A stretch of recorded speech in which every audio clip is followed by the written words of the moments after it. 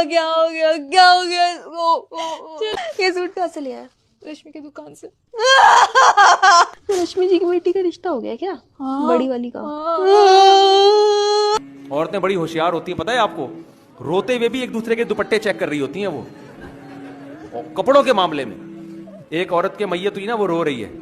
मैयत में जो औरतें आती हैं ना, रोते रोते साड़ियां दुपट्टे चेक कर रही होती हैं, एक दूसरे की बातें कर रही होती हैं। एक मियाँ का इंतकाल हो गया, औरतें की ये स्टाइल होता है, बातें बातें रोते रोते, हाय मुन्ने के अब्बा दुनिया से चले गए, हाय हाय बहुत अफसोस। बहन ये दुपट्टा कहाँ से लिया तुमने?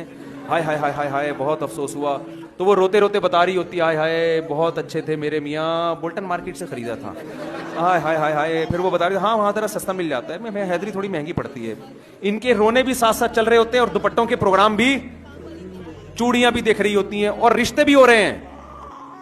मैयत में देख रहे होते हैं, वो लड़की बैठी भी है वहां, वो पता नहीं मैयत की कौन है, अभी कुंवारी है, अच्छा बहन मैं अपने बच्चे के लिए बात करूंगी। अभी तो जरा प्रोग्राम चल रहा है, बाद में 3-4 दिन बाद बात करूंगी।